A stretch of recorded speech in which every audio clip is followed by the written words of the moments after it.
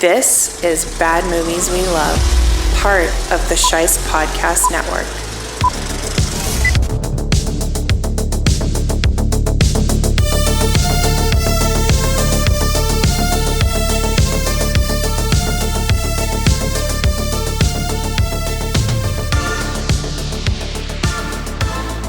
Hey there, Bad Movie lovers. Welcome back to Bad Movies We Love, and thank you for joining me for Dsytopian December.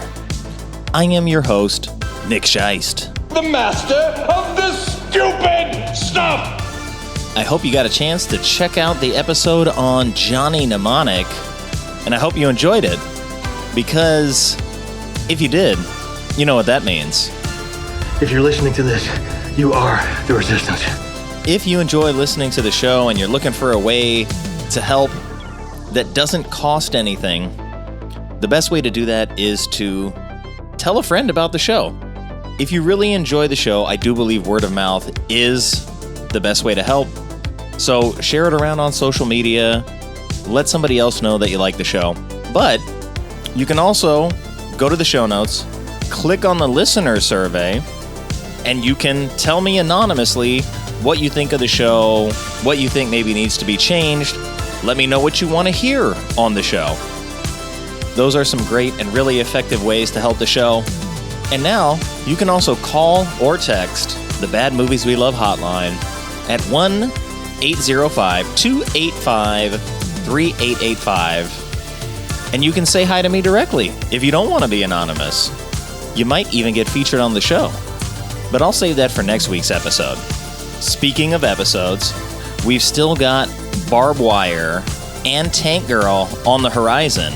But for this episode, we went to the vault for an episode that I recorded back during Jean-Claude Van Damme, and it's appropriate to dust it off now as he's inexorably linked to Dolph Lundgren, who was featured one more time on last week's Johnny Mnemonic episode.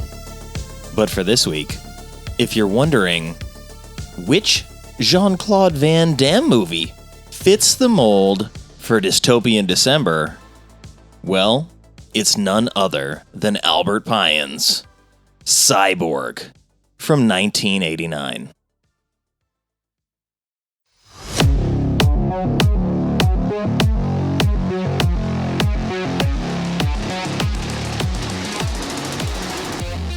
First thoughts, it was fantastic. You know how long I wanted a knife to just pop out of my shoe? Fuck yeah, we're going to the theater and watching that on Friday. Pseudo-futuristic, but also a little bit like garbage. Yeah, the main villain of this movie, he looks like some Terminator Disco Night. We sort of see a young Van Damme with the most ridiculous wig I've ever seen him wear in his career. Do they still rate things? Do we still give X's anymore? We don't have the budget for more than one flashback. There's a virus, going on. You just don't care? No, really what you want to see is this splits kick that you all paid good money to see. Restore it? Why? I like the death. I like the misery. I like this world.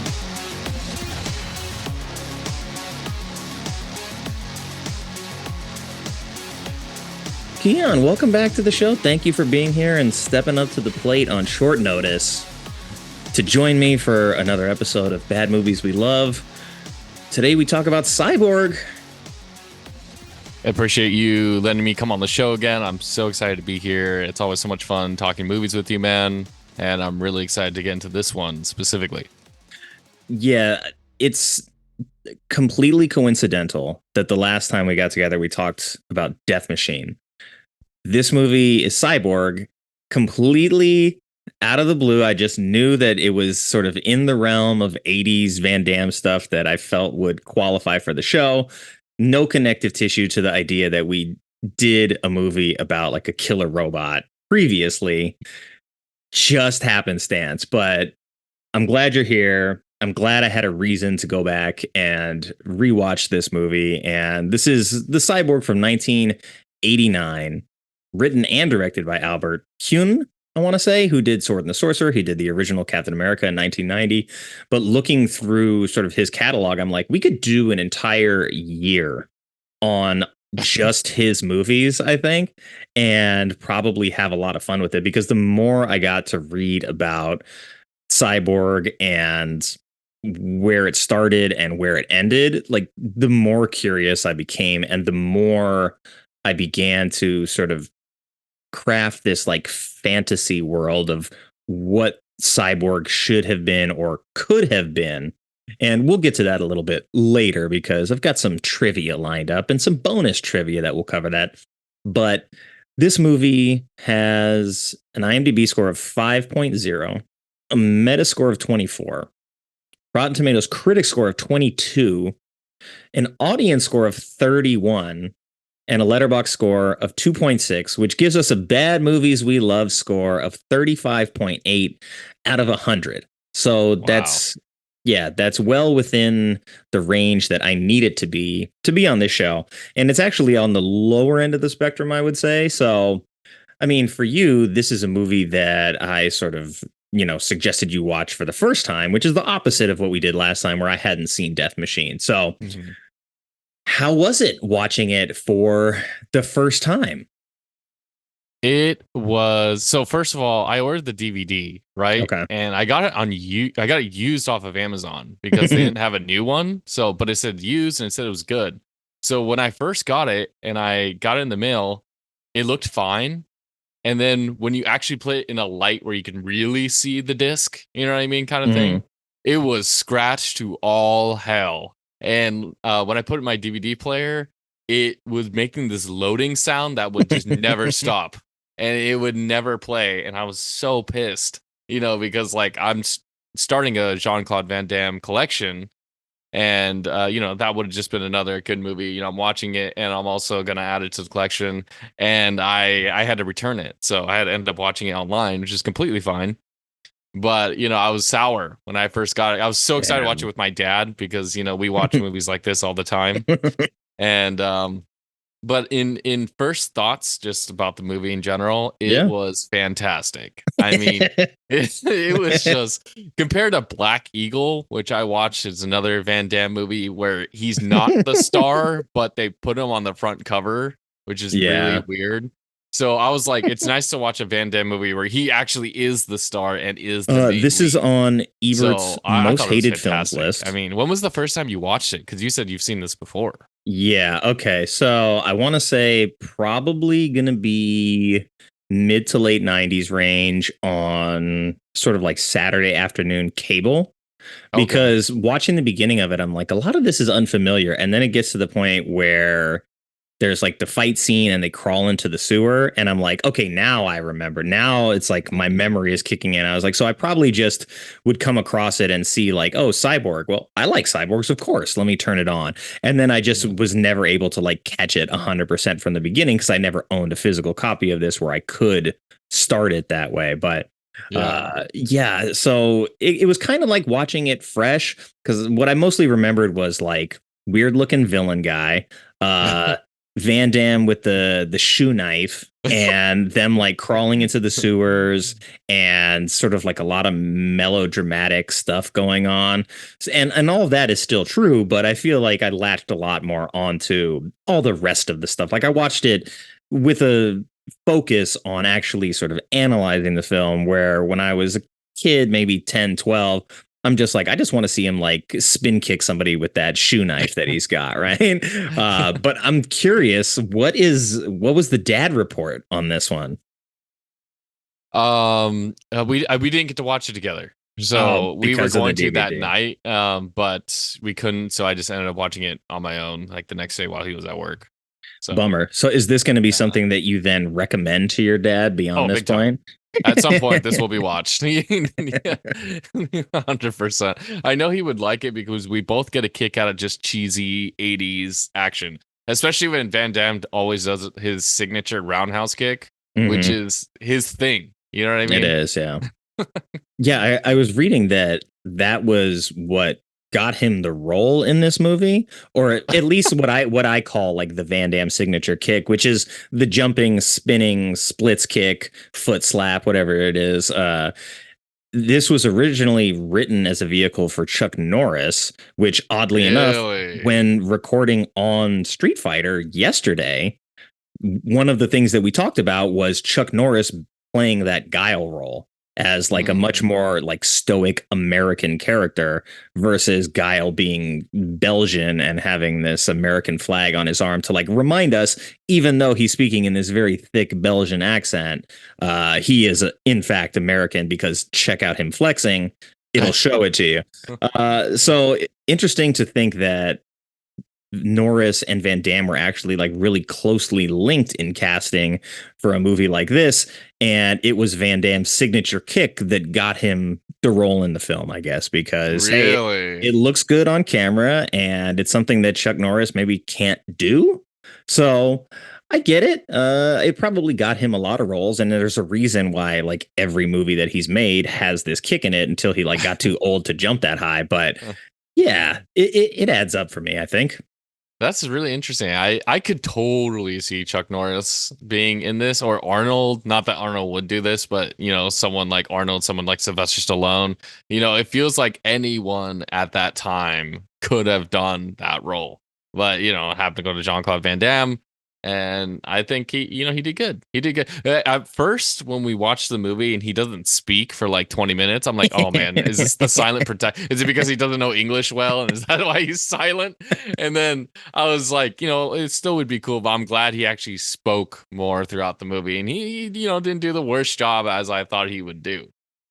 Yeah, well, funny you mentioned silent performances. When this all started and we did Universal Soldier for the first episode of Jean-Claude Van Damme, one of the things that we both talked about was his potential as a star during the silent film era, because like his physical acting, like he really leans into sort of like the characterizations and the body language of a character, and he's got like good comedic timing.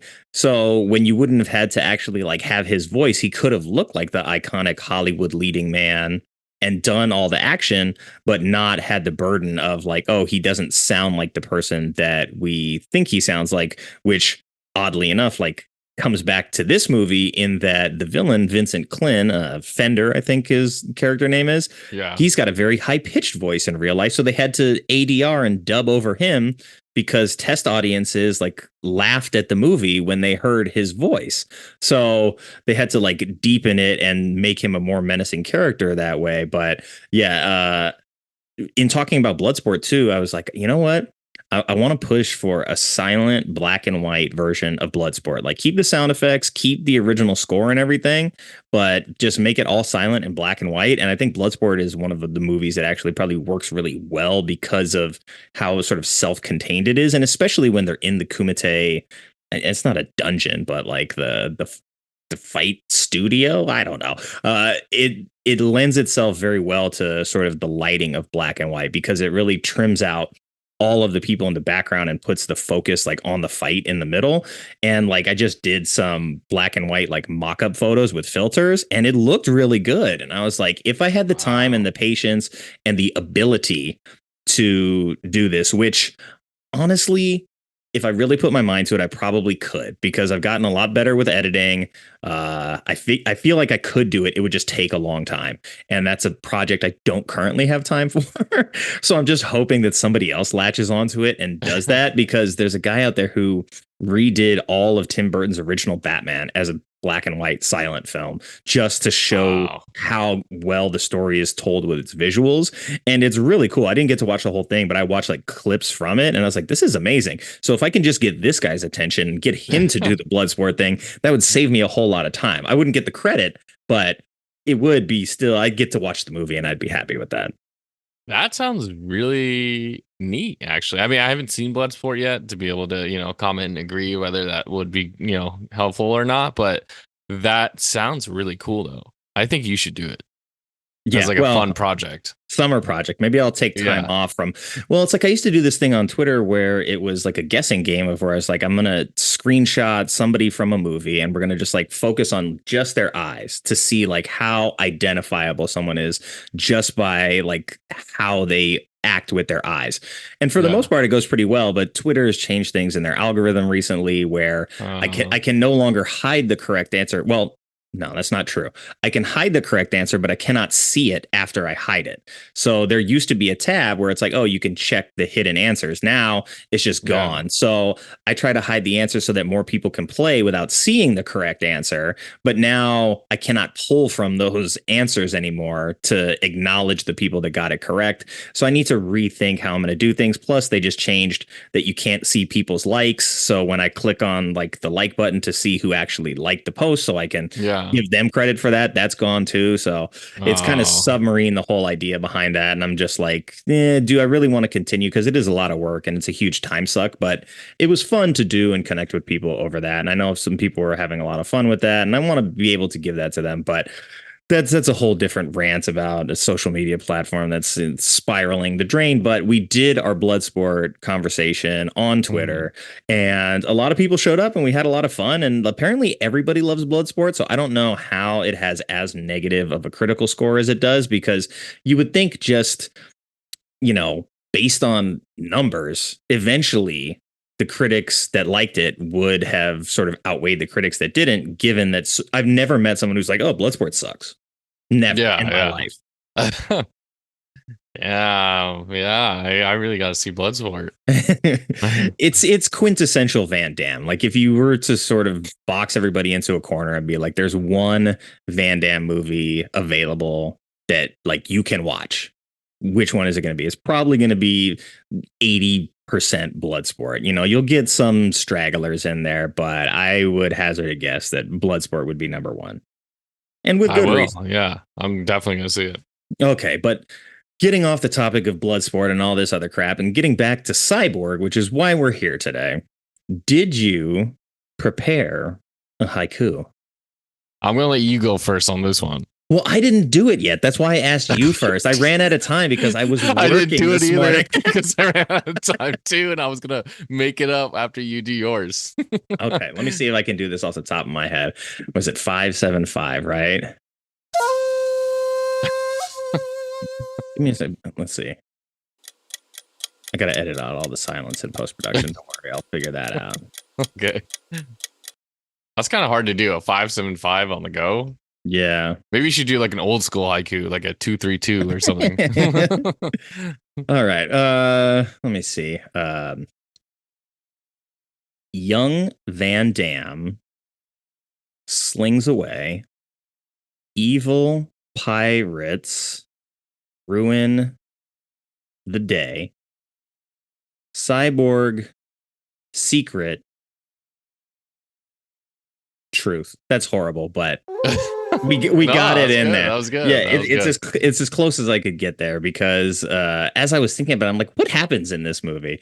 I watched it last night and I'm trying to think. I'm like, it just seems like a lot of it sort of spins its wheels in like the fantasy realm, because as I've been doing Van Damme movies, I sort of looked at, here's a movie that sudden death is like his version of Die Hard, right? Bloodsport, very much like Rocky IV in a lot of ways. Universal Soldier is probably closer to Terminator than this movie is. And then like watching this feels much more like a sword and sorcery type of film. But to me, I was like, it's either like Mad Max or Conan the Barbarian or something, like some cross in between, because it doesn't really feel like the future. Like, I get that it's set in the future, but the structure of it and the style of it make it seem a lot more like a sword and sorcery movie than like a cyberpunk future film. Yeah, I would agree. I kind of felt like there was some Mad Max sort of small Terminator vibes to the movie as I was watching it, but I liked its kind of apocalypse dystopian sort of future, which was neat. I didn't feel like this was some like cheap set and, just some place in the desert or something like that. Like, it had its own identity, which was cool. Yeah, and its identity sort of spun out of these other things where they're using pre-existing sets and costumes from other projects, and that's kind of like how it was born, and then it morphed into its own thing. So it's kind of exists like between all these genres because there's definitely the identity of Mad Max. Like we're in the future. There's sort of like a band of evil pirates led by like a weird looking, kind of charismatic villain, but iconic enough to where that they're a threat. He's got his band of pirates. They are doing their pirate stuff, right?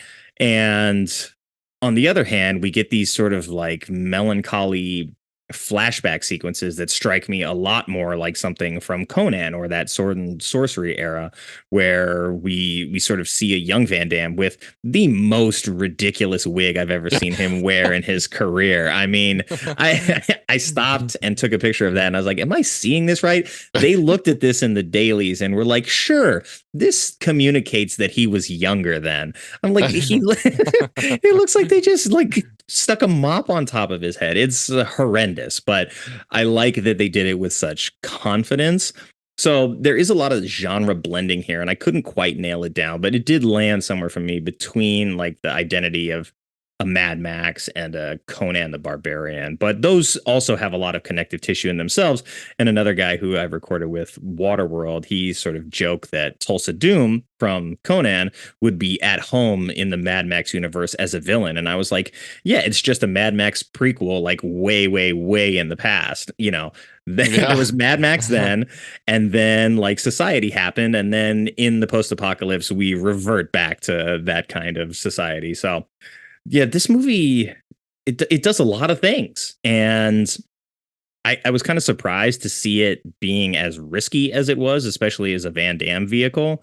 And maybe that's why it stuck with me over the years. But I think there's a difference between the marketing where you make a movie called Cyborg, you put Jean-Claude Van Damme on the cover, you have this menacing looking evil figure with these like super blue contacts in. He's on the cover too. You know who's not on the cover? The Cyborg. Yeah, that's true. That's true. I thought he was going to be a cyborg or something, just based off or there was going to be multiple cyborgs or, or something like that. Yeah. I was like, in my notes, I'm like, for a movie that's called Cyborg, there is an alarming lack of cyborgs. And like, it would be, I'm trying to think like, I guess Lord of the Rings is like, yeah, it's really sort of about the ring, but this movie, the title suggests that one of these two people is going to be a cyborg. And maybe, they tease that the villain is a cyborg. I don't think they ever really do that with Van Damme. But then by the end of it, it's like, okay, no, it's just the cyborg who's in the background, who's like, you would think that would be a bigger part of the story. But like Van Damme's the main character. And, the initial title of the movie was going to be Slinger, but nobody knows what the hell a slinger is. So what's a slinger? I guess it was like shorthand for gunslinger because it was initially envisioned as like a post-apocalyptic Western. So Van Damme's character being a slinger, it's like, oh, he's the lone gunman that goes into town and he's sort of, is the hero. Oh, our village is getting raided by these evil people. We're going to hire you to be the hired gun that takes them out kind of thing. And so like, sounds kind of awesome. Yeah, exactly. Like that sounds better than what we ultimately get here, but it's another instance of a studio definitely having a lot of influence over the final product. And the original idea for this was a sort of, I think they said rock opera, black and white rock opera that Pyun screen tested for an audience of 100, and 99 of the people said that they hated it. And so the studio said, you, sir, are not allowed post-production privileges anymore.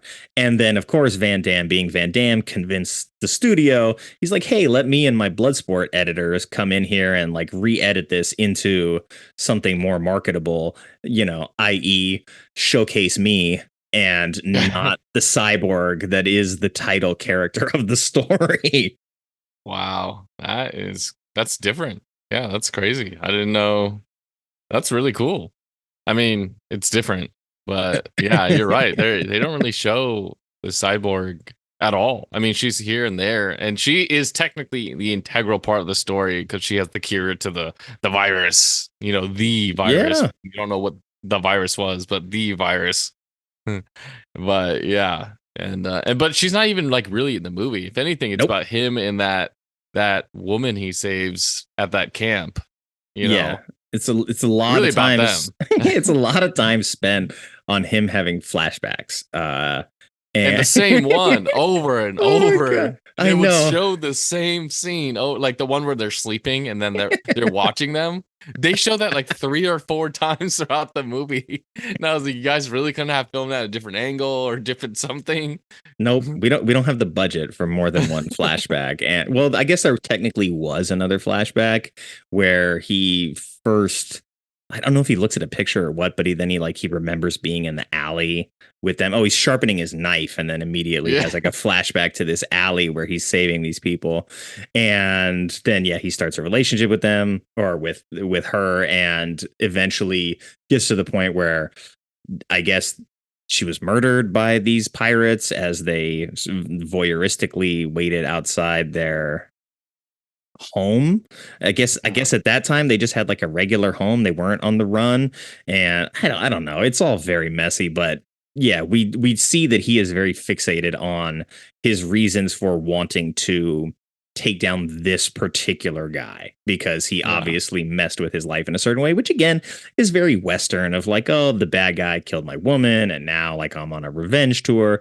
And so like that's sprinkled in here too. But the identity of this film being less cyborg oriented and more sort of post-apocalyptic wasteland oriented is probably part of the reason why people tank this movie. Because I'm gonna go see a Van Damme movie called Cyborg, yet he's not a cyborg, the bad guy's not a cyborg. There's really a staggering lack of cyborgs in this movie, and the one cyborg who is in it is more like a protocol droid. She's more like a R2D2 who has this key piece of information in her head, and you just need to get her from point A to point B.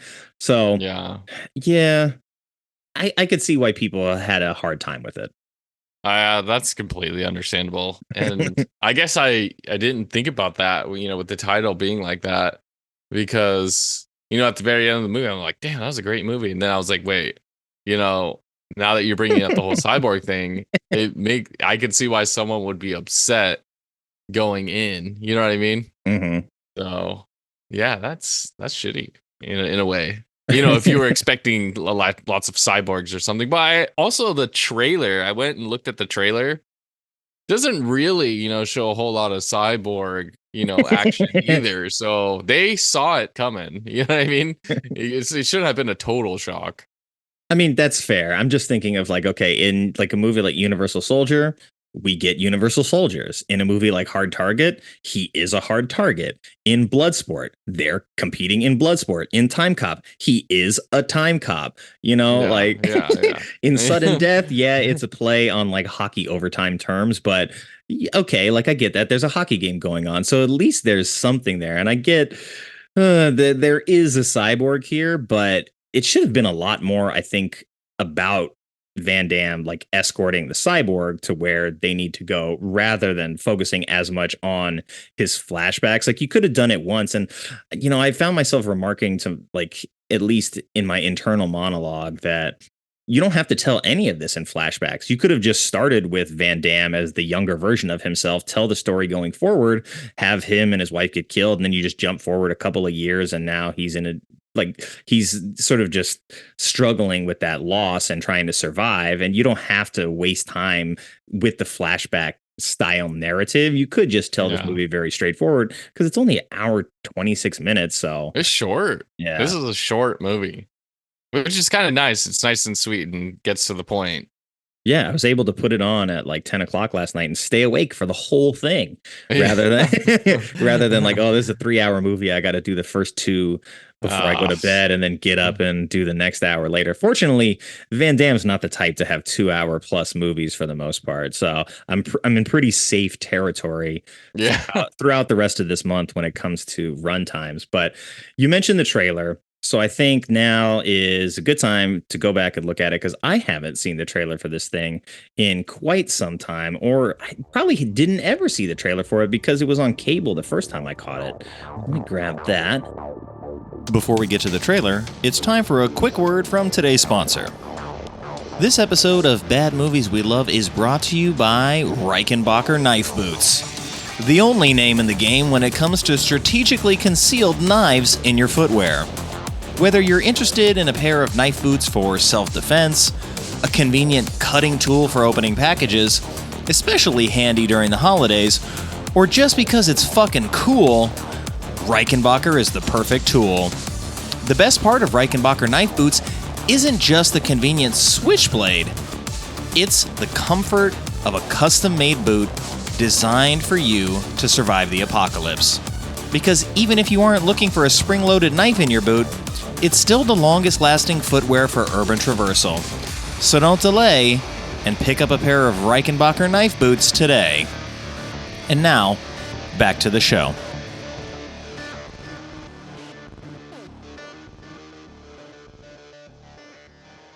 Okay, see that? Yeah. I'll full screen it and okay, volume good.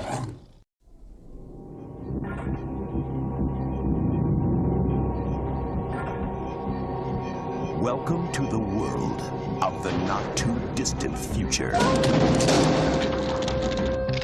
Get going! Go! A brutal gang is reshaping the world into their own vision of hell. And only one man can stop them. Jean-Claude Van Damme is leading the battle between good and evil. Take 'em out. As it's never been fought before. With knives and kicks. He's on a desperate mission to rescue a cyborg who holds the secret for saving the world. Why did you help me? I don't want to see you die. From the dust of destruction rises the warrior of a new age. Say goodbye, my friend. Jean-Claude Van Damme has become the first hero of the 21st century. He will do the splits. He will take his shirt off. He will fight in the rain. There it is. There it is. Cyborg. Okay. God, I would have been hyped as hell if I saw that like at that time. I'd be Yeah. like, fuck yeah, we're going to the theater and watching that on Friday. And fair enough. I mean, I think the trailer makes it look pretty entertaining. And it does, like you said, it's not really overselling the idea that, hey, this is going to be a future full of cyborgs. They tell you pretty explicitly that this is a story where he's helping a cyborg. And then it's like, oh, yeah, that's kind of like the side story, though. Really, what you want to see is this splits kick that you all paid good money to see. I didn't even think they teased the shoe knife, which I thought was like one of the cooler things in the movie when I was younger. You know how long I wanted a knife to just pop out of my shoe? For decades, like from the time that I was 10 to 30, probably. I mean, if I had one of those shoes now, I would probably still like it. I wouldn't use it very often, but hey, it's, I need to open a package and my keys aren't sharp enough. I'll just whip out my shoe knife here. So yeah, I think the trailer works as good as it possibly could. I mean, seeing that, I'm like, okay, maybe I want to watch the movie again, even though I literally just watched it. So at least that is a good job of, giving us a little sales pitch action there. But I think one of the cool things about this is that sort of that aforementioned rock opera version of this movie. I guess it still exists. And no way. Yeah. So no way. Are you gonna pull it up? I don't know if I have the trailer because it was released in Germany. And let me see if they actually do have it. I gotta see it. I would love to see it because I'm like, let me see. No. Cyborg. No, this is the one that was released in Germany. Anyway, there is a version out there that is available on Blu-ray for sale, I think directly from the director, if that's what I read correctly. He eventually, like, the cut that he had originally put together was found and now is on sale, I guess. I looked it up on Amazon and it is available. It says Slinger Cyborg Director's Cut, Blu-ray DVD, region-free import from Germany, Blu-ray for $20, but it's only a picture of the cover. And it looks pretty cool. It looks much more post-apocalyptic wasteland, sort of epic, more like the cover for something giving off vibes of, what is that Will Smith one that I Am Legend? iRobot? No, I Am Legend. Oh, yeah, Slingers. So it kind of looks like that, where I'm guessing that's Van Damme just sort of like walking in the middle of this wasteland, and it says uncut and HD remastered. Whoa. So if this really is, if it's the rock opera black and white version, then I feel like I am obligated to buy this. That's what I'm saying. I'm looking at it now on. So what is this? So this version of the movie is that it's more of a rock opera? Well, yeah, the first version of the movie that he test screened was this rock opera black and white version of the film, and people hated it. So then they recut it to the movie that we watched, which was, I guess more broadly accessible to regular normal people that wanted to just see a Van Damme action flick. So I feel like uncut and HD remastered sounds good. But yeah, I want to see like a trailer or a clip from it so that I know that what I'm getting actually is the rock opera version of this. Because when I read those words, black and white, rock opera, post-apocalyptic, Van Damme vehicle, I'm like, okay, I don't expect any of them to really like burst out into song, but I still have this idea in my head that version of the movie is going to be better than the one that we got, because that's what it was intended to be all along. And so maybe a lot of the issues that I ran into with this movie, or that other people ran into that sort of bogged it down with negative reviews, is because it's not adhering really to like the vision that it ultimately could be. And I see the runtime's an hour and 23 minutes. So I don't know how you uncut something and then lose 3 minutes of runtime. Yeah. Unless I have no idea. So maybe, hey, those flashbacks, it's like we didn't rely on 3 of those. We just did it once and that was enough. So I'm very curious. The Blu-ray's less than $20. It's an import. Maybe I'll read some of these ratings. It's got a 3.7. That's not great, but I'm worried if it's not gonna be able to play on my player since it's an import, Yeah, it does say region free, but okay, it's region free, then I'll be fine. Fingers crossed, but I'm looking to see if it says anywhere if it's actually in black and white or not. And I see, because the back of the cover, it shows color. Yeah. Well, maybe one of us is gonna risk it.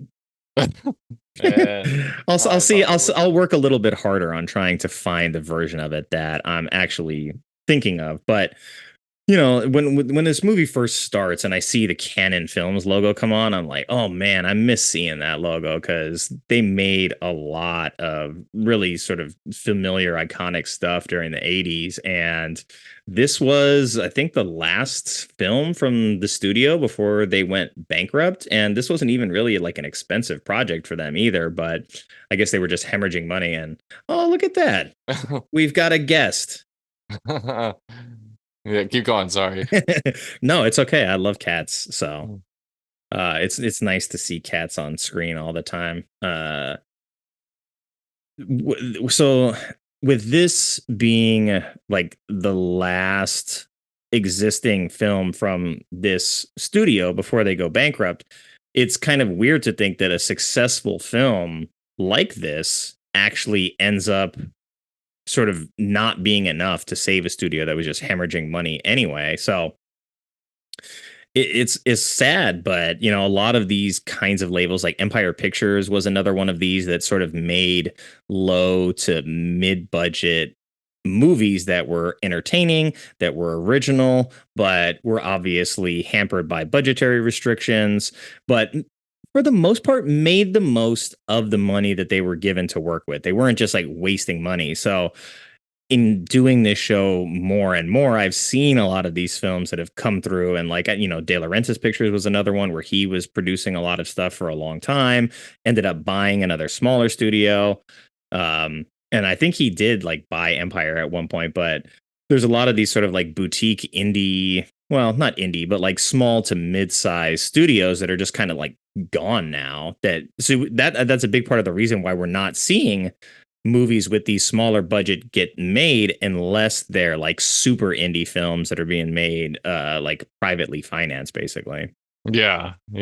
That it was this movie. Did this movie have a theatrical release? Mm-hmm. I mean, it was in the theaters. Yeah, I'm pretty sure. I'm trying to think of what else happened, like came out in 1989 that, you know, maybe came out at the same time or something, and seeing if like just there were just better, you know, bigger movies at the time it released. I'm looking at movies that came out in 1989, and there is a whole lot of pretty up there movies that would definitely overshadow a movie like Cyborg for sure. Yeah, I mean, this movie only looks like $500,000 was the estimated budget, and it made 10 million worldwide. Wow, So it made 10 million? Yeah, it made 20 to 1, right, on its budget. So that's a really good return on investment. But at the end of the day, like when your studio is shutting down, I guess that's just not enough to continue salvaging along the way. Wow, that's unfortunate. Yeah, it is. But I mean, at least we get this movie, and we sort of get a studio that's willing to take a big risk, even as it's, you know, bleeding to death, so to speak. It's like the ship is going down, but even as the ship is going down, they're willing to go ahead and make this big, sprawling, dystopian, sci-fi, future, Western sword and sorcery epic, and just be like, yeah, like, hey, all bets are off at this point. Go ahead and make the movie you want to make. But then when they actually saw the movie that he wanted to make, oh, wait a second, no, we can't do that. So let's get the Bloodsport guys in here to cut something that we can actually sell. And hey, for what it's worth, like they cut a version of the movie that people wanted to see. I'm sure the trailer probably had something to do with that. And that sort of like showdown in the rain gets recycled again in Universal Soldier, where, you know, we get the showdown between Lundgren and Van Damme outside the farmhouse. So I think visually it really does a lot of things well, and you can see that like the costuming and stuff was designed to look a certain way, like pseudo futuristic, but also a little bit like garbage. Yeah, the main villain of this movie, I put it in my notes here. I said he looks like some Terminator Disco Knight because he's got like a knight armor on or something. He's got chainmail. He's got those like iconic glasses. You know, the way the movie starts with his narration is the most beautiful thing ever. He's like, restore it. Why? I like the death. I like the misery. I like this world. You know, he just fucking screams out like, wow, I'm watching this movie now. What a way to start a movie. Yeah, and I think that opening dialogue was sampled by Method Man for one of his, I don't know if it was like the start of the album or the start of one of the tracks, but yeah, I don't know if you have to send me that song. Because that is a great way to open up a movie. Yeah, I'll find it for you when we're done here. But yeah, so like we're introduced into this world, and you know, we see these pirates, and we're introduced to this cyborg. And like when we first meet the cyborg, she's like running away in an alley, and she like trips on this crate that she's trying to stand on to like get through a window. And I'm like, for a cyborg, she's like fairly clumsy. So already I'm not really buying into her as a cyborg. Then they take her wig off, and when we see the cyborg face, oh my God, Like, did you guys Horrifying. not? Yeah, okay. I get like when you pull the wig back, which by the way is like a great edit because you have the actual actress like reach up to the scalp with her arm, and then as she pulls back, they swipe so that the green screen replaces like behind where her arm is. So that way when they cut to it, then it's the android face at that point. You see the back of the head being open and everything. But the animatronics on that face like don't look anything like the actress, and nobody stopped along the way to say, hey, maybe let's not showcase this animatronic face so much that doesn't look like the actress that it's supposed to be. And you know, I mean, you look at a movie like RoboCop, which came out a couple years before this, and obviously the makeup work that goes into Murphy's helmetless face, you have actual Peter Weller's face, and then they attach the prosthetics that make it look cybernetic. And so I know that not only does the makeup skill exist to do this, but it existed a couple years before this, and you could have had her walking around like without her wig on with the human actress's face and this like cybernetic hairpiece, basically. So you could have done that, but instead they have like a scene of dialogue between the pirates and the cyborg where like her face is just like twitching and they're approaching her in the alley.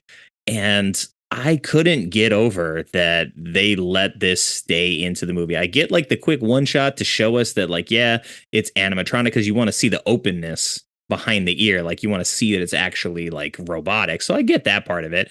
But then in all the other scenes where like you don't really need to use the animatronics, like you should be mixing in scenes with the actual actress's face to cover up some of those deficiencies. But yeah, that was like nightmare fuel, seeing her like lopsided eyes twitching as they get into that. But a very good like edit to get us there to begin with. Yeah, I really like kind of like I want to say it's practical effects, right? Yeah. The way she looks and everything. I always appreciate practical effects. You know, if you show me that you're trying, you know, versus like a really shitty like CGI, I like practical effects. So when you see her head like all like crazy looking, I was like, that looks horrifying.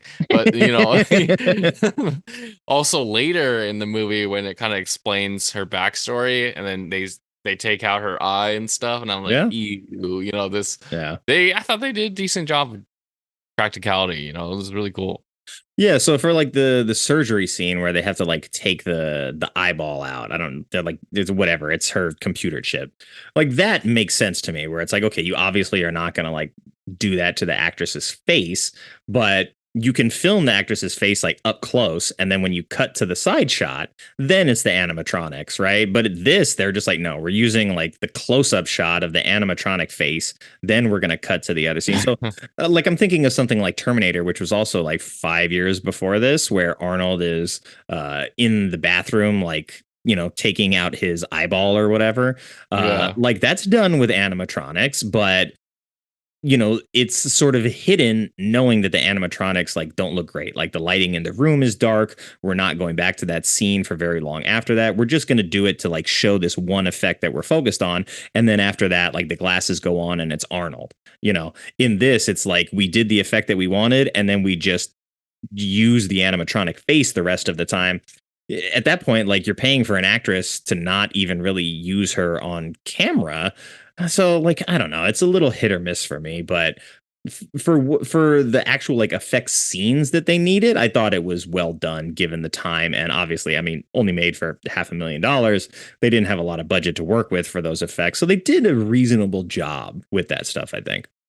Yeah, I completely agree. I was wondering if they really cared, you know, to want to make that look as good as maybe Terminator or RoboCop, or they were like, let's just be for a second. So we just want something that'll pass, you know, that look decent. We want to just focus the budgetary on other things or whatever. Yeah, and one of those things that they didn't really spend a ton of time on either was the score in this movie. It's not that it's bad or it doesn't fit. It feels like it is part of something that I would have seen on like a Nickelodeon kids horror movie or something where it doesn't have like that grand cinematic epic quality to it. It feels more like it's in line with something that would have been like a TV score for maybe like the Kevin Sorbo Hercules or like Xena or something like that, which I think actually probably works in the sense that I feel like this movie does have that sword and sorcery thing going on. But yeah, I wanted a little something different. So I'm curious if that rock opera version sort of has those adjustments in it. And I would love to just sort of see those two side by side and really see what the director had in mind, sort of like in a scene by scene comparison of here's what this movie was originally going to be, and here's what it ended up being. Because for I don't know, maybe the first half an hour, I'm trying to figure out like, is this like a sort of like a motorcycle gang, or is this like a roaming gang of thieves like we have in Mad Max, where they're sort of like they're a society, but they're a society of like a large gang. And in this, it's like they pretty. At first, I'm like, oh, it's pirates, and then I see him take out a sword, and I'm like, okay, now I'm definitely feeling more of like a swashbuckling pirate vibe. And then at some point, like they get on their vessel to go somewhere, and I'm like, it's a boat. I'm like, okay, it's definitely a pirate thing going on here. And then later, the subtitles actually says pirates. You hear like it says like pirates clamoring in the background or something like that, and then one of the characters refers to them as pirates. So it's just interesting that when you think of how it's structured in comparison to other films that sort of use similar setups, I don't think the characters in like a Mad Max are ever referred to explicitly as pirates, or in Waterworld, even though they're on the water and they are technically kind of pirates because that's what they do. They just rob people. They're never referred to as pirates either. So for this future specifically to choose to call them pirates, I feel like is an interesting choice because tonally that shifts the kind of identity of your movie away from this dystopian near future sci-fi film into more of a swashbuckling pirate adventure film, which I think is where this ultimately lands. It's just that kind of movie set in the future. Yeah, I think you nailed it. It was like a swashbuckling, like pirate flick that is happened to be in the future, kind of thing. It's trying to have both of those elements, but what kind of pirates are we talking about? Space pirates? There's like, there's different genre of pirates, right? That's fair. So yeah, but these guys definitely act like pirates, right? They've got a whole gang. They got the leader. They yell all the time. You know what I mean? Anytime they do anything, they're like, ah, they always yell before they do something. A lot of pirate-like qualities.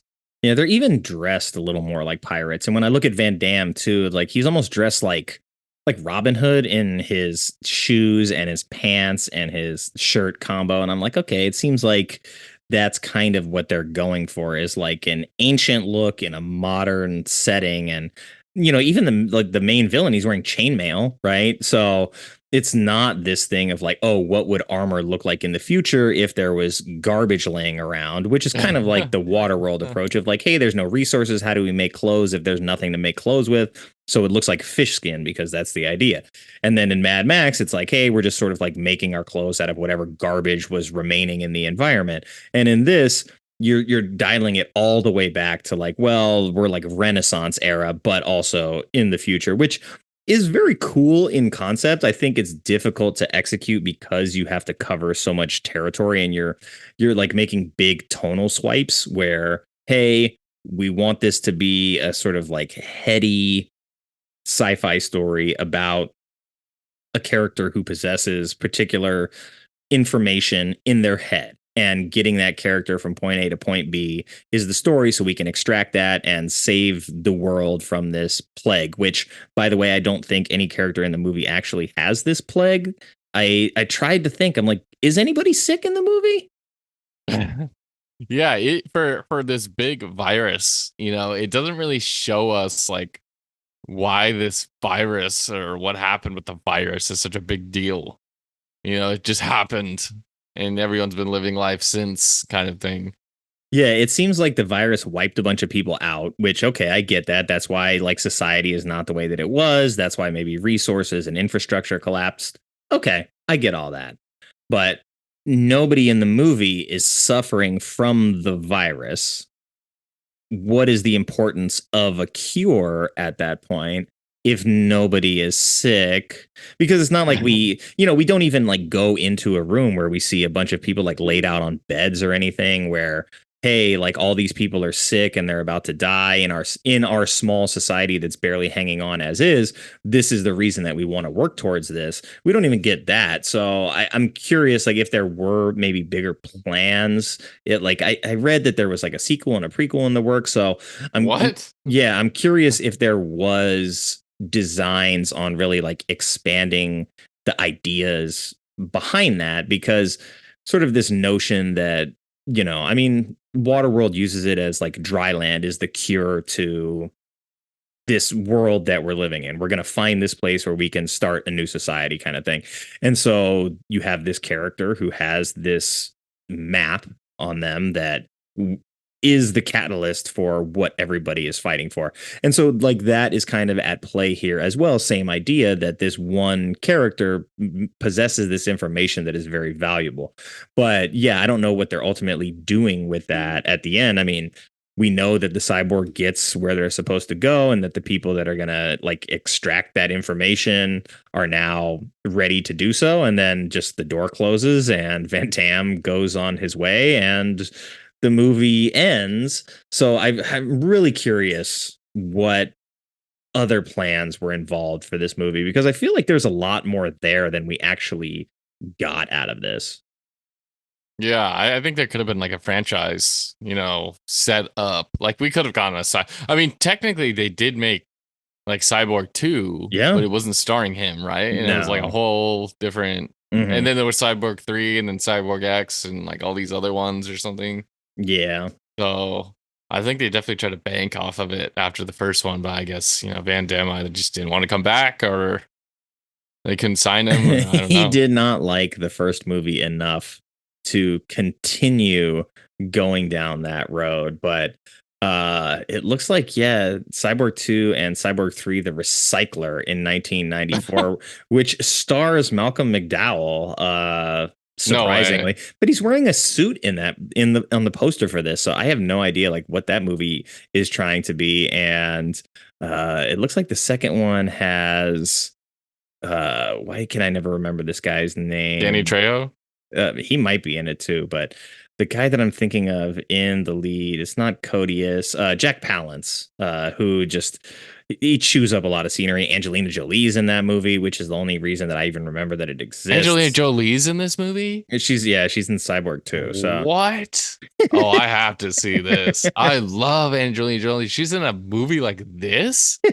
What? My mind's blown right now. Yeah, I think her and my god, her and Elias Hackers Cody is one thing, but a movie like Cyborg 2, I wouldn't expect her to be in like I don't want to say a shit movie, but probably, most likely, I think that's a fair assessment. I mean, if we're looking at if we're just working off of what we've got with this movie and the 28 or whatever it has from Metascore, I think it's safe to assume that Cyborg 2 is probably of lesser quality than this, especially as I'm watching this immediately.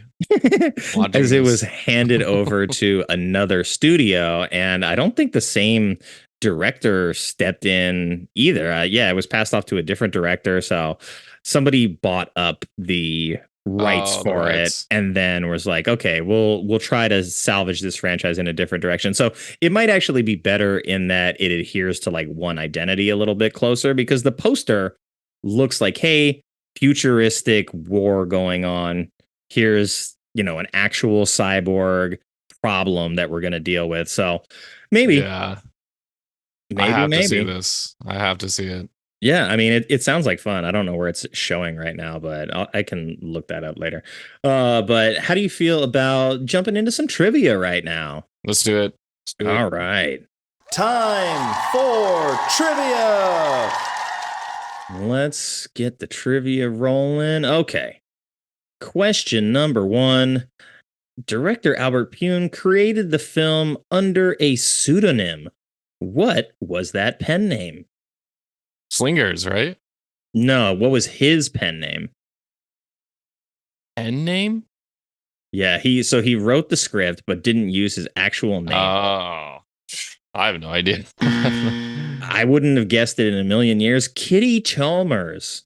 And I guess this was it was reworked from some other scripts apparently. I didn't write down the two, but yeah. Oh, Johnny Guitar and Alex Rain.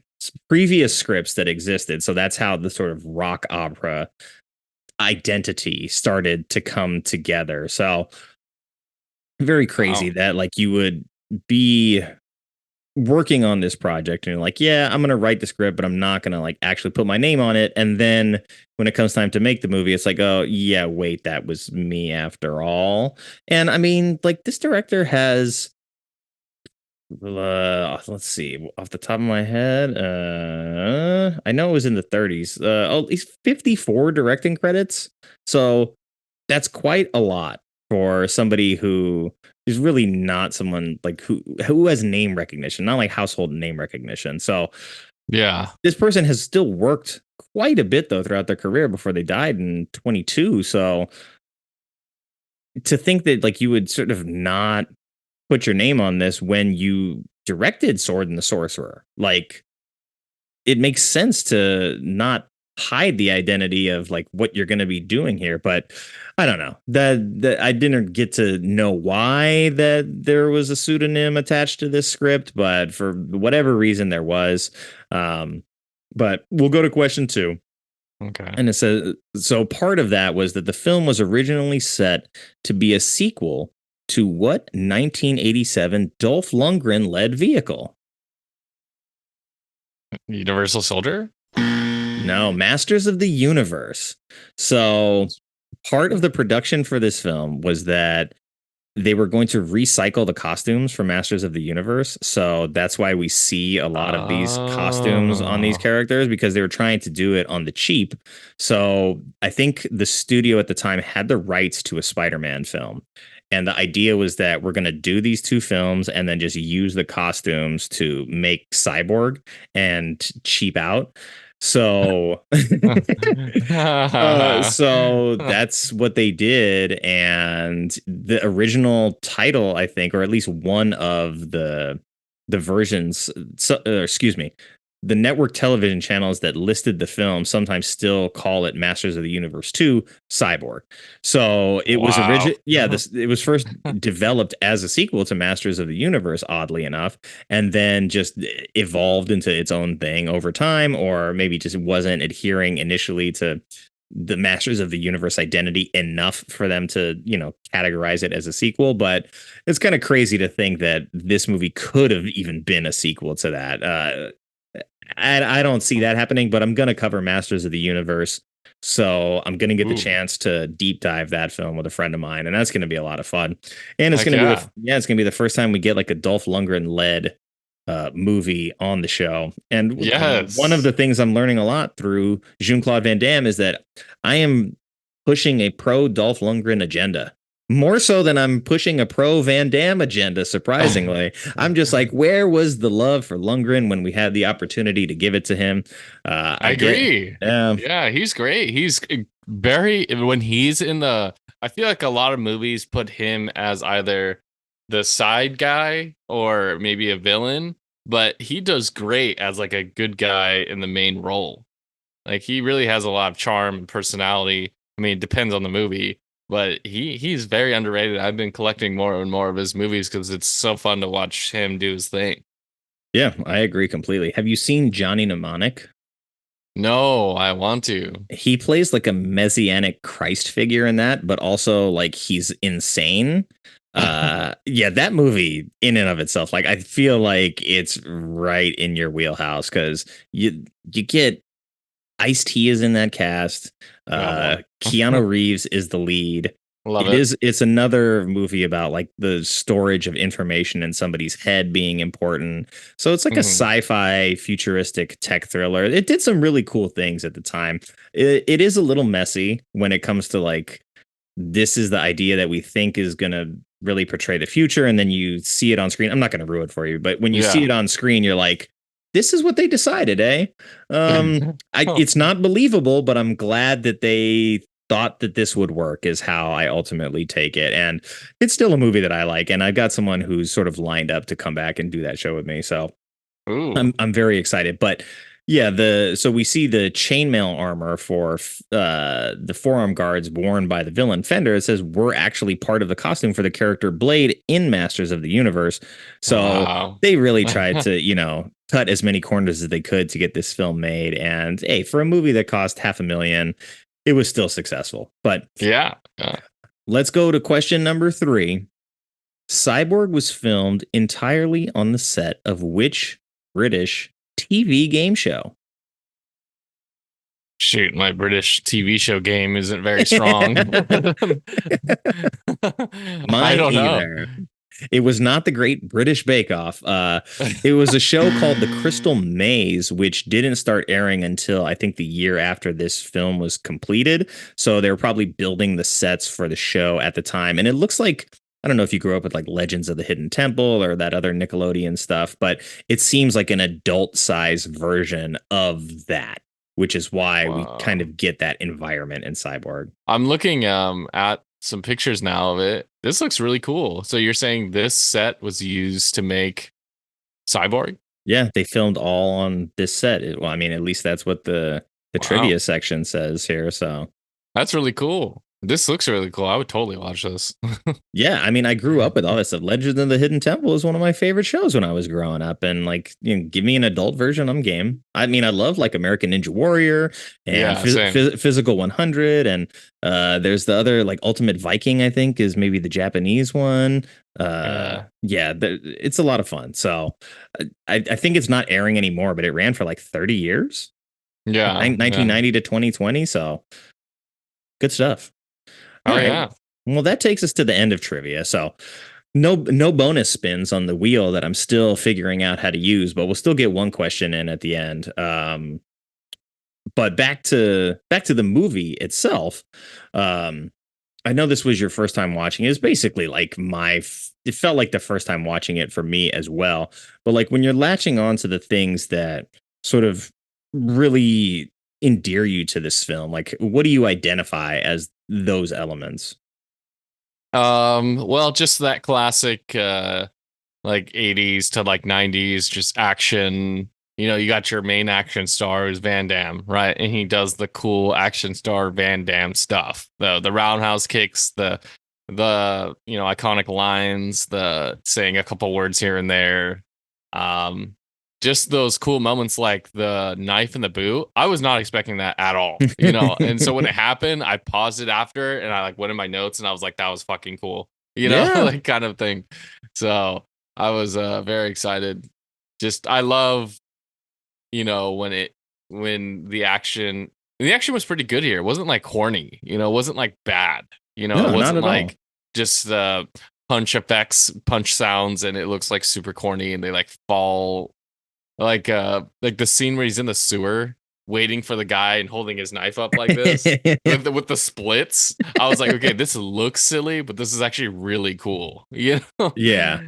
And that's that's a lot of fucking, That's Ralph Mahler, who was also in Universal Soldier a couple years after this with Van Damme, and he didn't speak a ton of English all that well either, and his German accent was very thick, so like I don't think he has speaking lines in the movie. Maybe he does, but I think they might have dubbed it. But we get a lot of like even when they're just walking through the sewer, I'm like, oh god, he's like waist deep in sewer water, and this is like post-apocalyptic sewer water too, so it's extra nasty in my mind.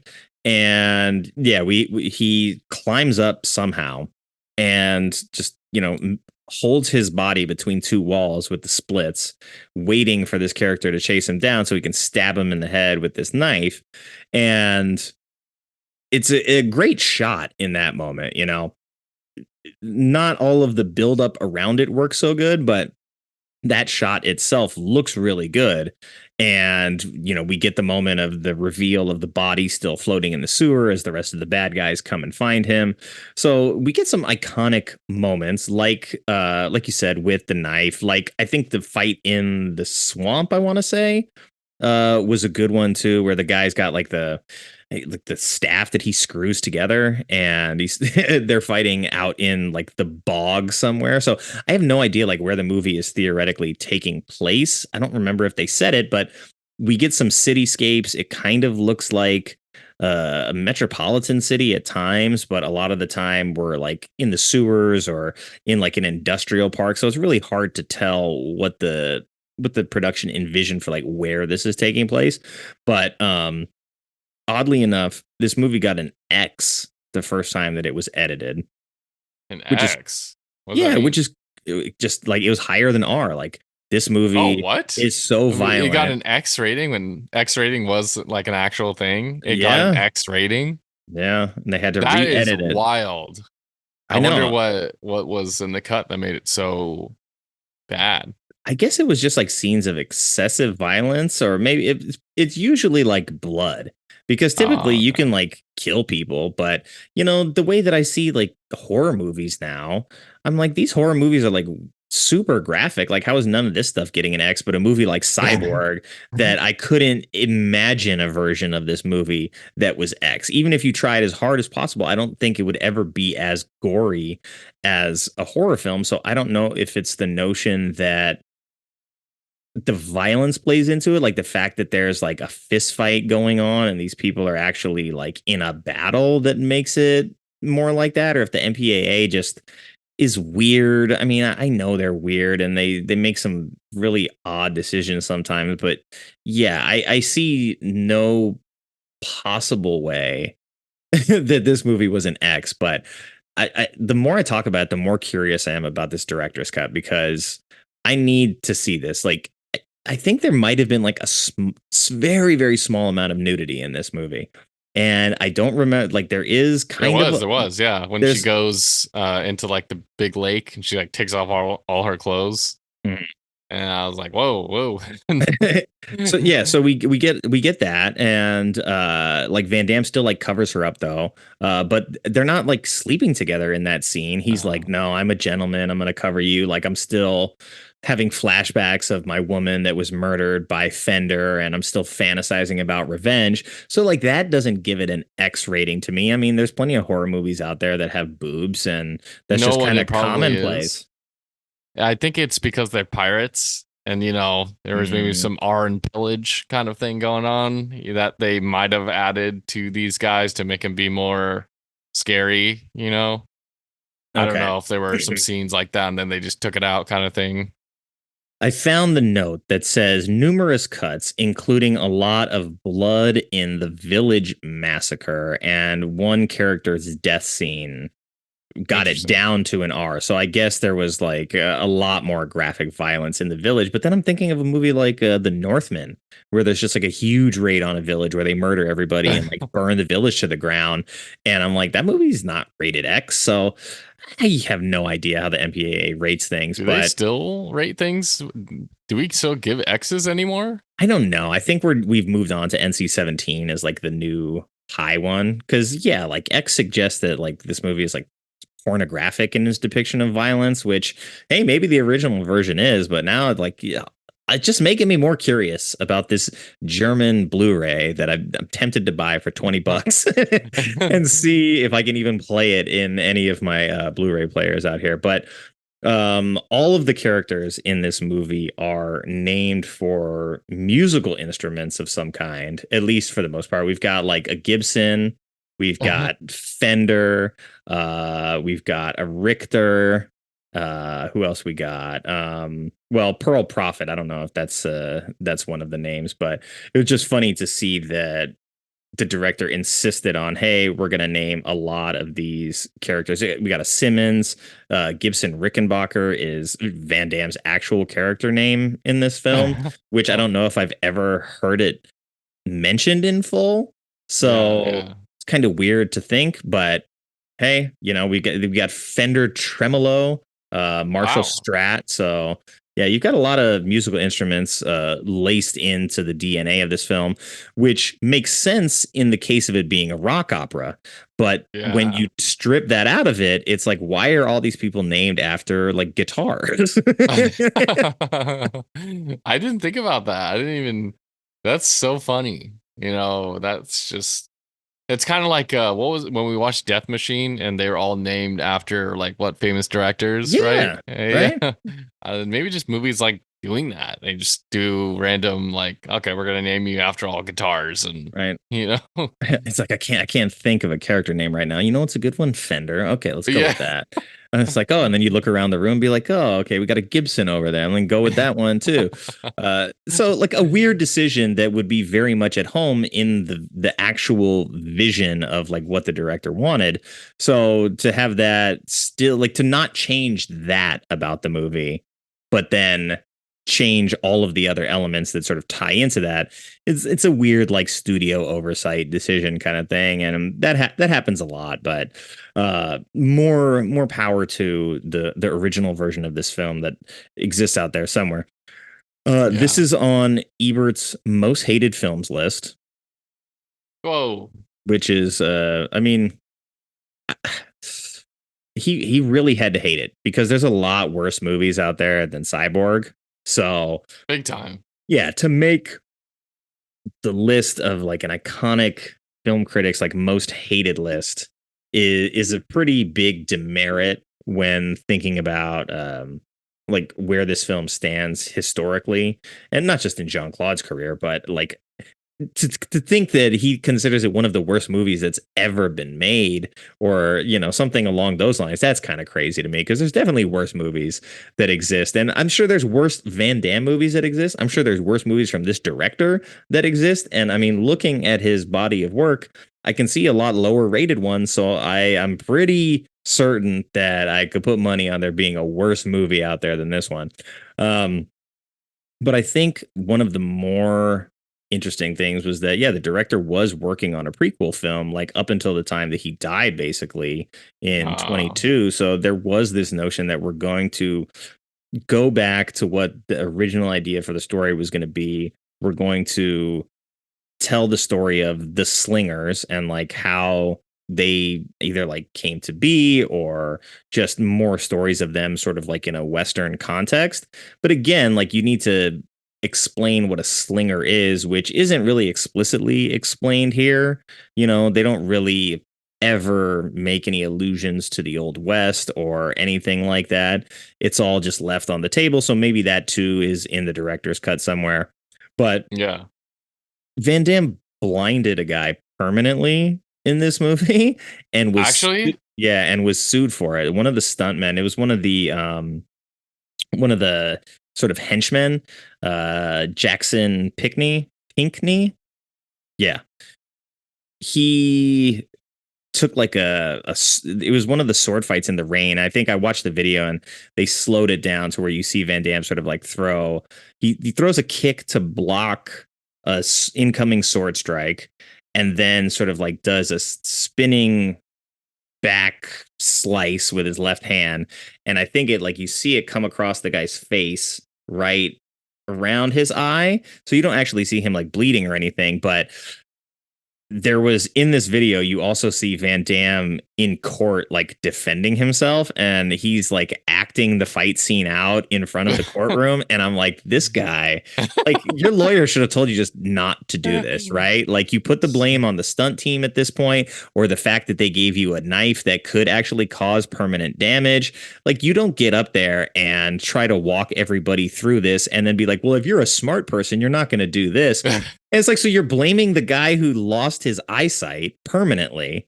And then so basically in one eye or both? It was just one eye, but okay. He did win his lawsuit, or they settled out of court. But Van Damme, I guess, took a loss on this film because he had to pay the guy because of the injury. So he didn't even make money on this. But the more movies I do of Van Damme, the more stories there are of like him just being a ginormous dick on set. And you had multiple actors in this film testify on the other guy's behalf saying that, yep, Van Damme was going too hard in the stunt sessions, and he wanted everything to look real, but multiple people had asked him to tone it down because you're not supposed to be making like actual weapon to weapon contact in case there's a glancing blow. So there's like all this documentation of people being like, he's going a little bit too out of control in these sequences, and we're concerned.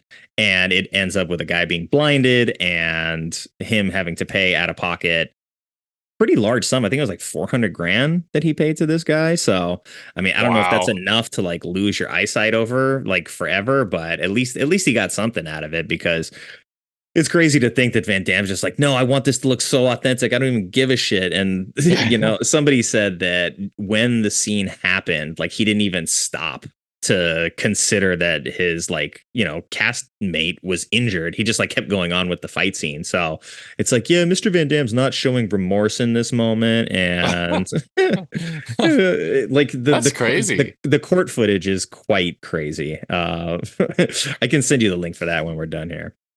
Wow. No, I didn't realize. I mean, I understand why Van Damme is like, I want it to look real or else it's going to look cheesy. But also, if you're not a good castmate, you know, you're not, you know what I mean? Like, you are the action star. We know that. But the stuntmen are the real, you know, big guys too. You know what I mean? They do a lot. Yeah. And one of the things I noticed in doing this month is that as much as Van Damme sort of like brings his authentic presence to a lot of scenes, there is probably 50% of his action sequences that I see that it's a stuntman. So like you have a stunt double when you know something is dangerous, and he's not afraid to like have that guy go in there and do like a, you know, combat role when there's an explosion happening or something like that. So he knows the value of stuntmen. So to really like be not pulling his punches, which was another rumor on set too, that he's just like hitting people in the face during the fight sequences. Like, come on, man. So like, it's crazy to see that in all of the sort of trivia sections of all of these movies, it's like Van Damme was a dick in this way and this way and this way and this way. And I'm like, maybe that's why his career didn't transcend the likes of like the Schwarzeneggers and Stallones, because those guys are just easier to work with.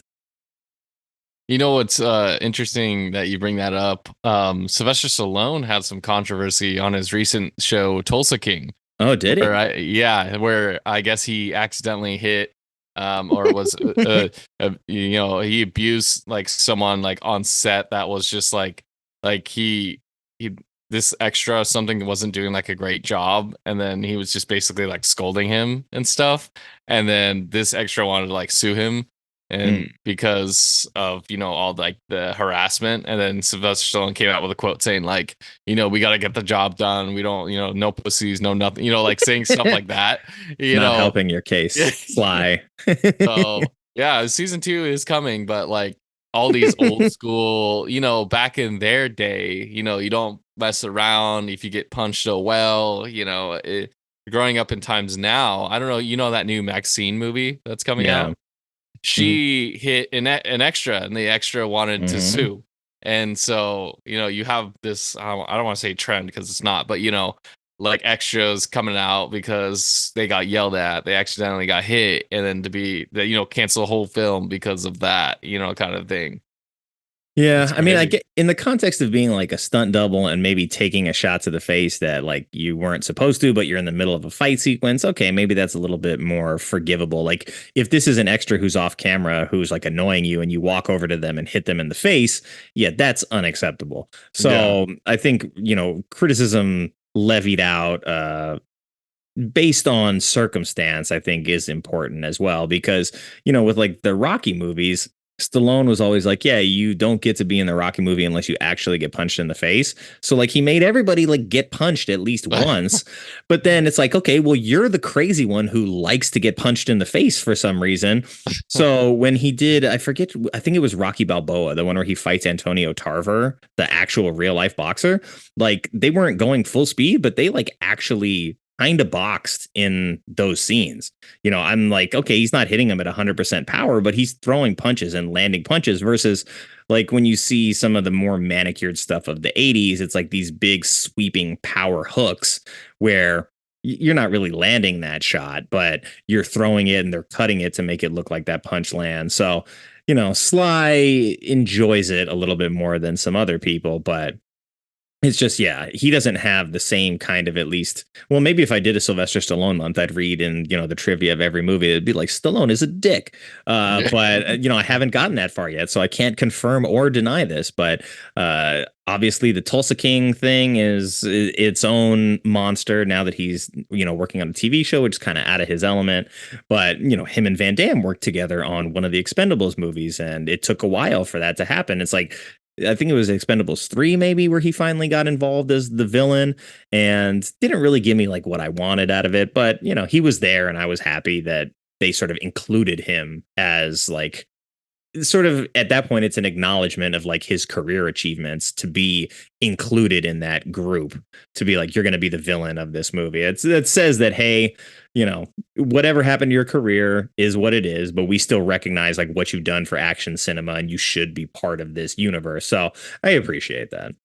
Yeah, I 100% agree. The Expendables was like everyone's like hype movie. It's a shame that the fourth one kind of just loses everything, you know, that made those three movies special.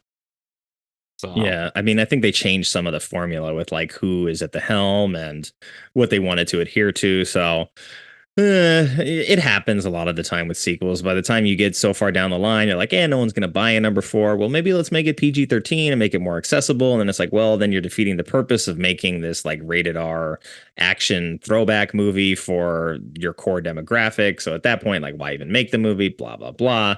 Yeah, it happens, but it's unfortunate. yeah. Yeah. I want to say that there's some like really interesting, nasty stuff going on in this movie. Like we do get Van Damme getting crucified. And then where he flashes back again, and he's so driven by this flashback that he like heel kicks his way through the back of this cross that he's on, which I don't think that would work. It's like, even if he had a shoe knife, it'd make more sense that he's like slowly whittling this thing down with his shoe knife, but instead he's just like heel kicking it until it snaps and he's raging out. But that too was like, okay, in Conan the Barbarian, he is crucified at some point as well to be made an example of. So I feel like they're leaning into this sword and sorcery angle as well. And then I think in the process of having that flashback, we learn that we learn what happened with Fender and like why he's hellbent on revenge. And I guess it was like his daughter, right? Or the girl that he rescued, Haley. He makes her hold this rope that's made of barbed wire. And it's like, well, as long as you can hold them, they'll live. And of course, that doesn't last very long because she's holding a rope made of barbed wire. And so that's a moment in the film where I'm like, okay, now we've gotten to like the meat and potatoes of like why the rivalry between these two characters actually matters. Like, because the whole rest of the time you're just implying that like something bad happened because he's like watching Van Damme sleep. So it's like, okay, we know something happened, but you might as well just like lead with that and not show us that same flashback over and over again where nothing happens. But it gives us this idea that like this villain is this sort of gnarly character. And then when you combine that with like he takes off the glasses and he's got the eyes, you know, these bright blue eyes that are like they only had 2 pairs of these contacts and they almost lost one of them because of the wind and the debris and stuff. So you have these like iconic character things that make up a really good villain, and they just don't spend enough time, I think, making the villain as menacing as he looks. Like I think they sort of relied on the fact that like the look is cool, he's got the hair, he's in good shape, we're going to give him the contacts and the glasses and the chainmail suit, and like that's going to be enough, rather than really like getting to the character of the villain, which we see in the barbed wire scene where it's like, this is like a shitty fucked up thing to do. That's the person that we need to hate, not just the guy that like walks around making noises. Yeah. it's really just that crucified scene you were bringing up. You know when he does the yell, like he's yelling. I was like, "Are you yelling, or is that someone else?" You know, it's really hard to tell because I'm like, with his accent and everything, I'm like, "Is that him?" It's tough, but it does, like, you see his very, like, pronounced, yeah, and he does that in a lot of movies, to be honest. So I'm just He gonna does? guess that it's actually him. Yeah, I mean, in Okay. Bloodsport especially, is like that's going on like the whole last third of the movie is him doing that. So not completely out of character for him. But I think one of my other, like, it's not a gripe, but we see this scene where they're like traversing the city, and it's like this wide shot where they superimpose like a painted backdrop onto something that they already filmed. So we get a look at the city for the first time, really, and it's the I think maybe the only time we actually see like what the world is supposed to look like as a whole. Like there's no establishing like exterior shots really the whole time. There's no really big sweeping wide B-roll shots to give us an idea of like what the world that we're about to approach functions like and what it looks like. And with something like Terminator 2, for example, you get the whole we start like in the wasteland.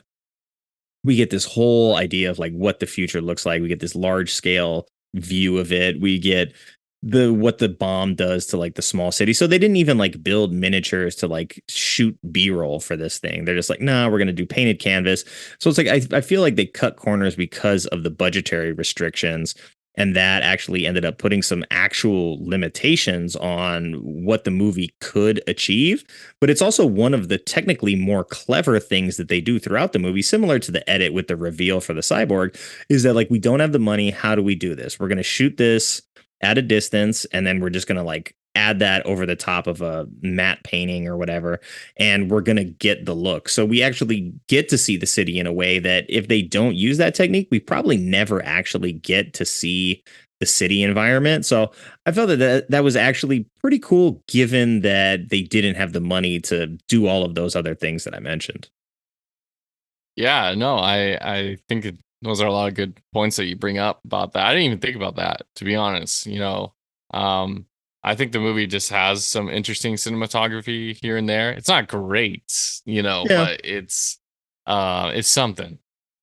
Yeah. I think it handles its like combat scenes well.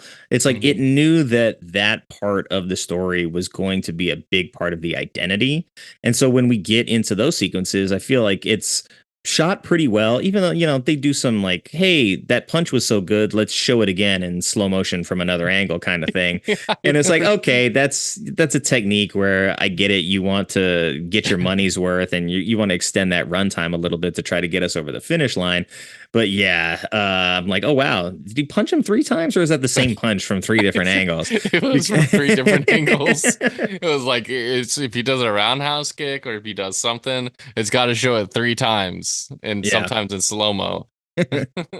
Well, we get like it's not the final showdown, but it's one of like the first instances where Fender and Gibson get to actually square off against each other, and they're out on the beach, and he had just had that swamp fight with the other guy. I think his traveling companion got into the sword fight where she just one swipe cuts off that other lady's hand, and they're squared up on the beach, Oh, yeah. and he starts throwing kicks, and it's like spin kick, blocked, countered with a huge power punch. He's like bleeding, barely standing. Okay, let me telegraph another spinning kick, blocked, countered with a huge power punch. And this goes on for a long time. I'm like, holy crap. Like, when is he going to learn that A, you can't throw this technique again without getting countered, and B, maybe like throw a punch or don't telegraph it? Like, I get that he's probably concussed very badly and bleeding all over the place. This is before he gets beaten down and then crucified, but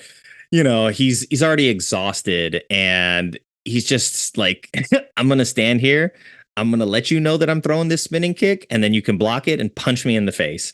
So like the investment in that amount of screen time just to watch him get like wailed on repeatedly is like, if you're trying to show us that the bad guy is strong, great. He's throwing these big power punches that are like doing a lot of damage. But like he's landing haymaker style punches on Van Damme over and over and over again. And Van Damme finally drops at the end of like a 5-minute sequence of this combat. And like, if we're meant to think that this guy is so strong, then like just put him down sooner, like finish him, so to speak. And then by the time we get them fighting again, it's like, okay, like when they're both at full strength, it's fairly competitive at that point. And Van Damme, I think, has already taken out several other henchmen in the rain by the time that they get their final showdown and end up in, I guess, what is a meat locker, but there's no refrigeration because it's the apocalypse. But there just happens to be a convenient meat hook laying around.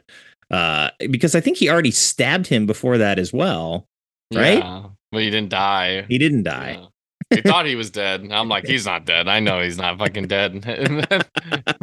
Yeah, the meat hook happened. I thought he wasn't gonna die again. He was dead. Yeah, I guess we got to check out the sequel and see if he really made it to the next one or not.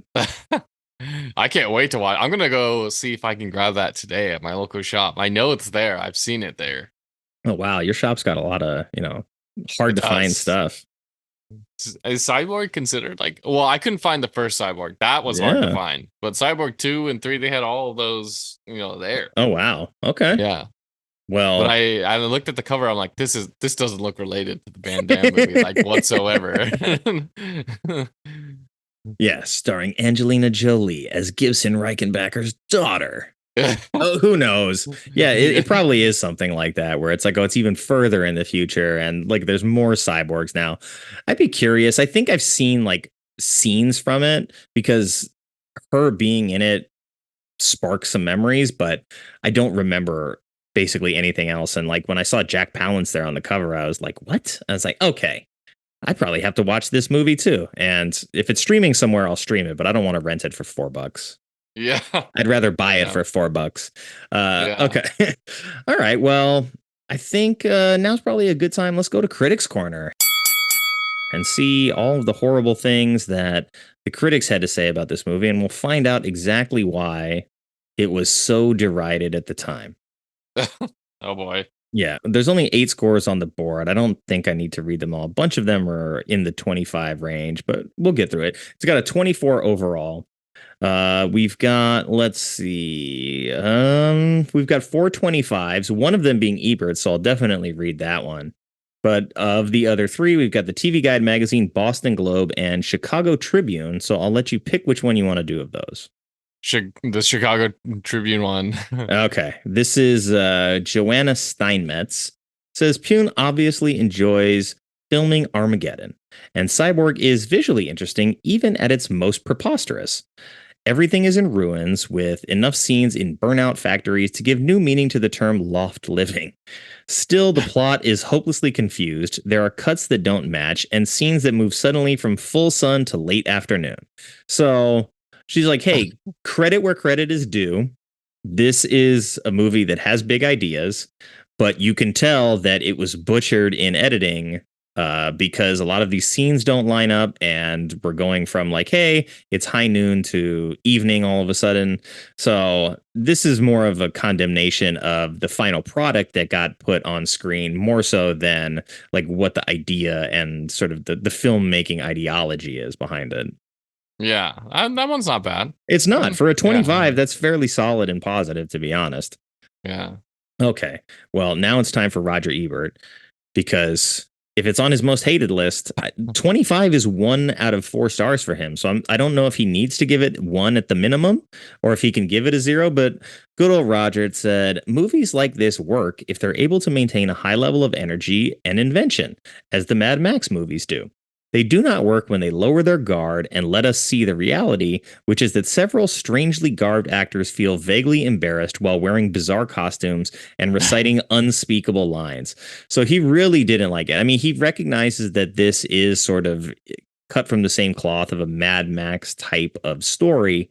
And he's like, this story does work when the energy stays high.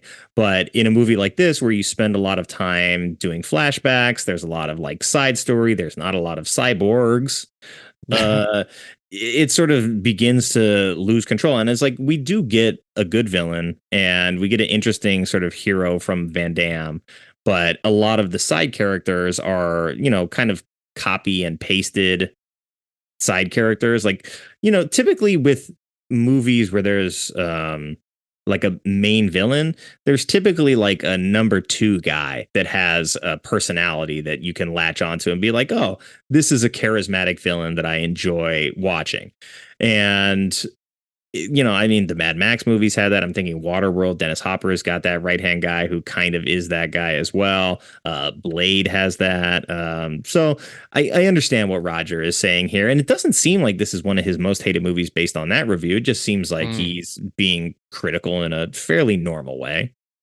Yeah, I would say his critique is pretty spot on. But I mean, comparing this to like Mad Max and like other bigger, movies, that's tough. That's tough, Yeah, I mean, those are big shoes to fill. And I wasn't going to read this one, but it's 3 words. And Jay Carr from the Boston Globe says Cyborg is cyboring. And that's from April of 1989. So we'll move up the board, though, and we'll get into the 30s because we've got 2 of those on the board, Washington Post and the New York Times. So I will let you pick your poison. New York Times. The Times, Stephen Holden gave it a 30. Says the movie's endless action sequences are so stylized and over-edited that they lack any visceral punch. And Mr. Van Damme's Gibson is so opaque that he makes Mel Gibson's Mad Max seem weepy by comparison. So I get that. Like, I think the archetype of Van Damme's character is solid, and I think it's at a time in his career where it's like acting was not the thing that he's doing. Like, he's more interested in showing off his physique and throwing spinning kicks and like banking on his brand more so than his like acting skills, where we see later in his career it's like he's a capable actor when he wants to be or when he's forced to be, but it's hard to like wrangle him as a filmmaker. Like, he's got a big personality and it's hard to like get him in line with what you want him to do. So I get it. That makes sense. Yeah, I completely agree. Okay.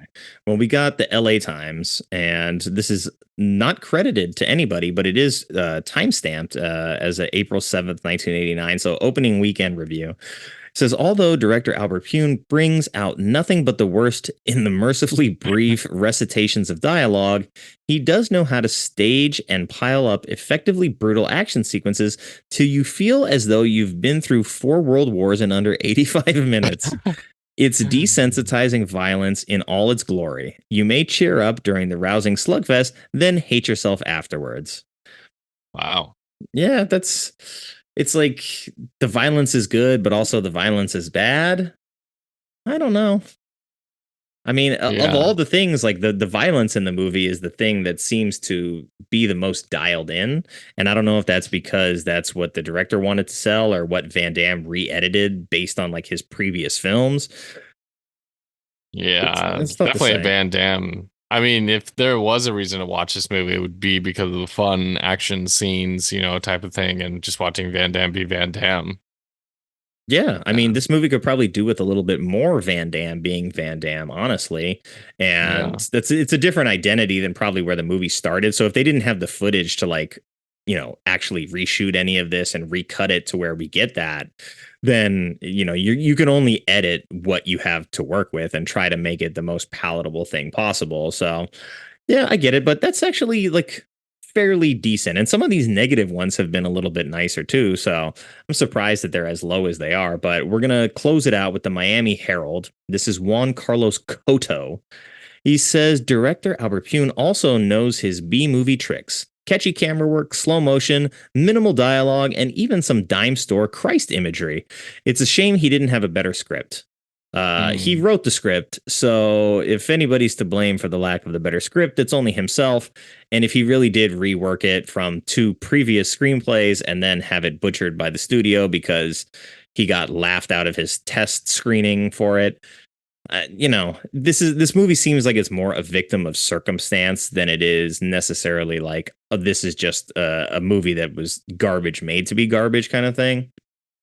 Yeah.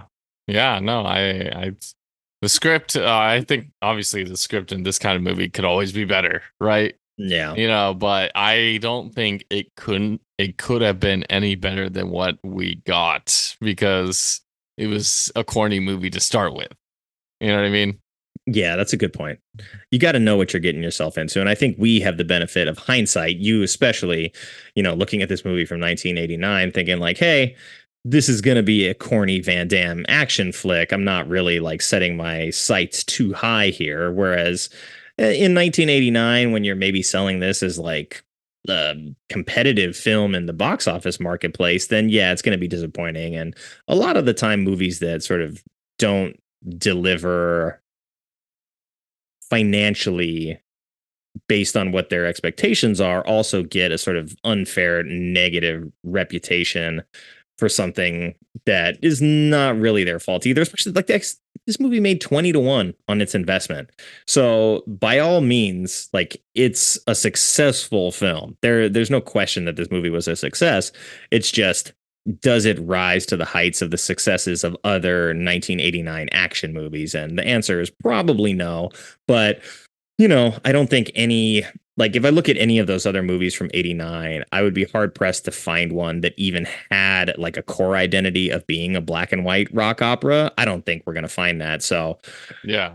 I feel like I need to see that other version. Like, I know. I want to see it too now. I'm very curious. I got to do research on this online disc or something. There probably is. If I ask the right person, I could probably get my hands on it. Yeah, what do you know? I'm not going to name names, but I know somebody who can find me things that are hard to find if I really need access to them. I will reach out when I'm done recording here. Is there anything about the movie that you wanted to talk about that we didn't get a chance to talk about yet? I think we covered most of them. I'm looking back at my notes. I'd say we covered most of all of these things. Yeah.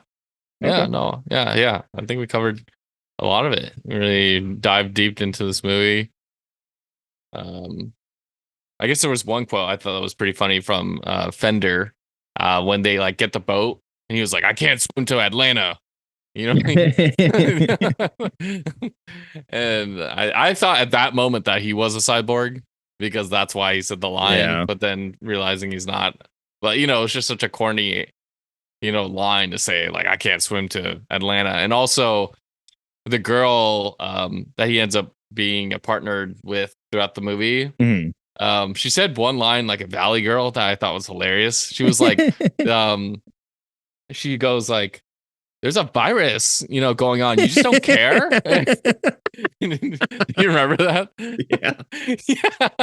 You just don't give a shit. And then he was like, "I don't." You can take the girl out the valley, but you can't take the valley out the girl. As soon as he said that, I'm like, "Oh boy, this is 80s." Yeah, I mean, there's definitely some like acting limitations in place for a film like this, but that's part of the charms too. And that you're like, I have a grand idea for a huge sweeping sci-fi future western black and white rock opera, but we don't have any money, and the only person of name value that we can afford is Jean-Claude Van Damme, and he's taking up the majority of our budget, so we really have to work with whatever else is available. And sometimes that comes with pitfalls. You didn't even have your first choice for the villain, who he wanted to be Laird Hamilton, who's a surfer. And so this guy who is the actual who plays Fender in the movie, I already read his name earlier and I already lost it. Vincent Klyn. He also is a surfer. So I don't know if like the director was like, no, we just have to have a surfer in this role, and that's gonna be my final decision.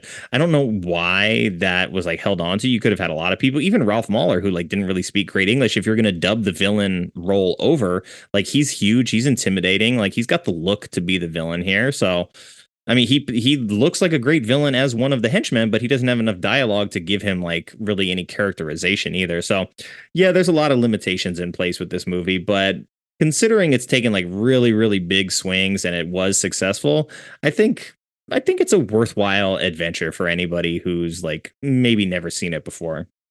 Yeah, 100%. I would 1,000%. Is this going to be the movie like after I watch it, I go tell my friends, "Hey, you should go see Cyborg."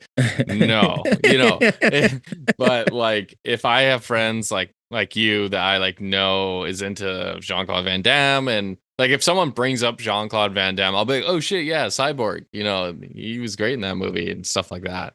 It's fun. You don't have to be you don't have to have your brain like completely wired to watch this kind of movie. It's short, very short. Yeah. The movie feels short. Before you know it, he's having the showdown with the guy like immediately. Mhm. Before you know it. And it doesn't have a lot of dialogue. It gets the action scenes pretty frequently. So there's not long stretches of the last 30 minutes of the movie is just fighting. It's like, no, they've sprinkled it enough in the movie. And the dialogue's hilarious, especially whenever Fender says anything like at all. Yeah. I can't believe he had they dubbed or not dub his voice, but made it lower.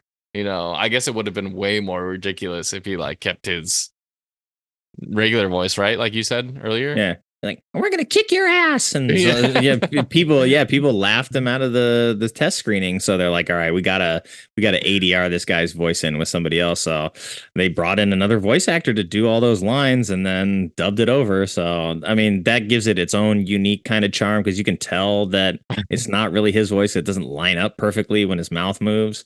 So like weird stuff like that sort of is sprinkled into like every layer of this movie. And look, I mean, like if you can sit back and have fun with it, like I tried to pay attention to the story and the story is like very flimsy. So if you're just there to like enjoy the fights and see some like, low budget special effects get done and just have a good time, I think it's perfectly palatable. Yeah, I agree. I completely agree. All right. Well, let's get to the wheel of questions. I used to do this a little bit differently where I would just ask, like, what's a good gateway drug movie for this? But now that's one of several other questions that we've brought to the table here. And the one that I'm going to ask you is, let's see, what snack would you pair with this movie?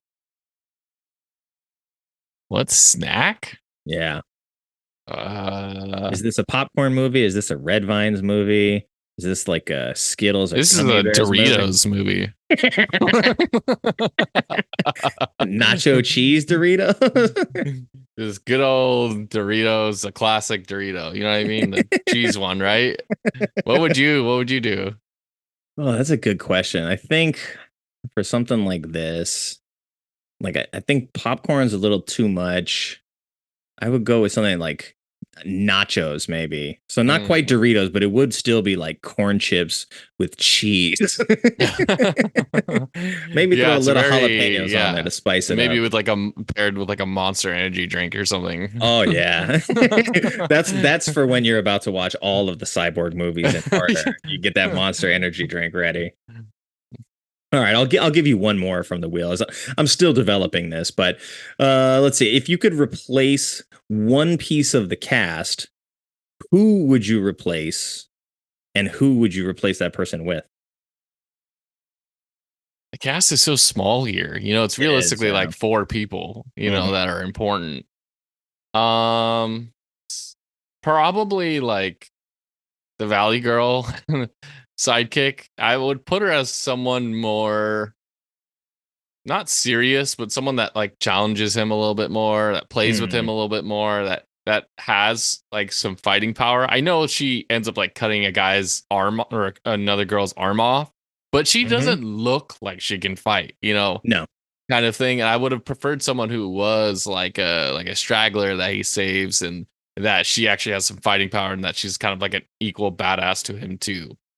Yeah, that'd be nice to have like that compliment, So it's not just like sort of dead weight travel companion.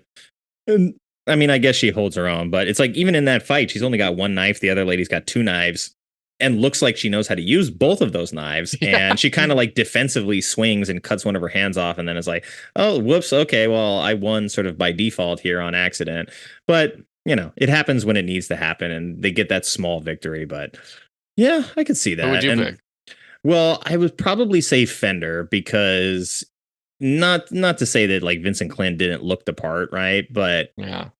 I mean, obviously you had to ADR his voice, which is a problem. And I think at the end of the day, like when he stands in his showdown, like with Van Damme, it's not like he's way bigger. And he's also like, because he's a surfer, he's much leaner than Van Damme. So he's in good shape, but he's not like bigger than Van Damme. So if I don't need any of those things, what I would bank on is the villain being a better like charismatic performer. And I think someone like Mickey Rourke would have been a very good villain here in this role because he would just like ham it up and have a ton of fun with it and like was in good enough shape where he could sort of be acceptable as like a toe-to-toe sort of like hand-to-hand combat type of character, and he would do much better in the lines and in the scenes where like we're trying to build some characterization for this guy to make us actually hate him. I think Rourke would do that and elevate the movie, because then even if it just boils down to like, oh, I love watching this movie because Mickey Rourke is such a good villain in it, then we still have that at the end of the day, where like that's kind of not the case here. Yeah, I think Mickey Rourke would be a great choice. Like I was, thinking like I would change out Fender too, but something about it made it work. He was this. What would have been cool if he was a cyborg. Yeah. I think that would have been a great, villainness to him. That is hard to kill him because he's the leader. Kind of thing. He's half man, half robot, or something like an experiment gone wrong. Something cool like that. But yeah. Yeah. Oh well. I mean, we try.